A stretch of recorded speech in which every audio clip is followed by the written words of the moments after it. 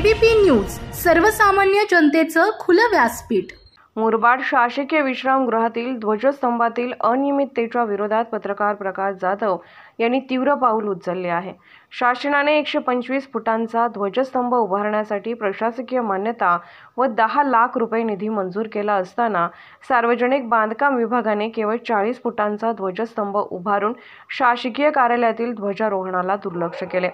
यामुळे नागरिकांमध्ये नाराजी व्यक्त केली जात आहे। या प्रकरणी शासकीय अधिकाऱ्यांवर कारवाईची मागणी करत पत्रकार प्रकाश जाधव यांनी 26 जानेवारी 2025 रोजी मुरबाड तहसील कार्यालयासमोर आमरण उपोषण करण्याचा निर्णय घेतला।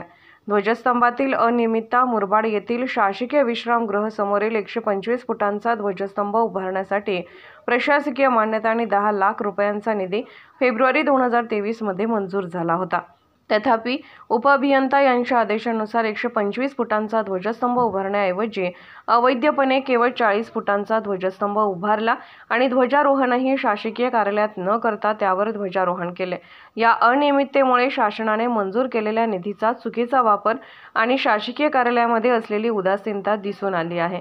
पत्रकार प्रकाश जाधव यांचे आंदोलन ध्वजस्तंभातील अनियमितता उघडकीस आणल्यानंतर पत्रकार प्रकाश जाधव यांनी लोक आयुक्त, महाराष्ट्र राज्य मुख्य सचिव, महाराष्ट्र राज्य आणि मुख्य अभियंता बांधकाम विभाग यांच्याकडे तक्रारी दाखल केल्या। तथापि संबंधित अधिकाऱ्यांकडून ठोस कारवाई होण्याचे आश्वासन मिळाले तरी या कारवाईची अंमलबजावणी न झाल्यामुळे जाधव यांनी 26 जानेवारी 2025 रोजी मुरबाड तहसीलदार कार्यालयासमोर आमरण उपोषण करण्याचा निर्णय घेतला आहे। या आंदोलनामुळे मुरबाडमधील प्रशासनाच्या कामकाजावर लक्ष केंद्रित केले असून या चौकशीवर साक्षात कारवाई होण्याची गरज आहे। एबीपी न्यूज प्रतिनिधी शंकर करडे।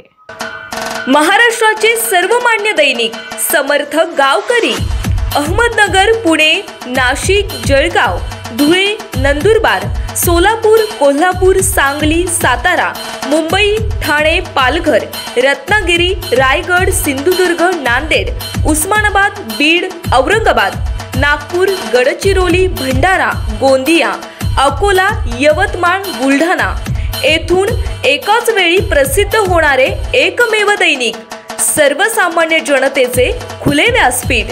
संपादक आहेत विश्वासराव आरोटे। मोबाईल नंबर आहे 94 23 38 85 08। दुसरा मोबाईल नंबर 94 23 46 72 72। तिसरा मोबाईल नंबर 75 88 15 0001। वेबसाईट आहे sgavkari.com। मेल आयडी आहे akl gavkari@gmail.com।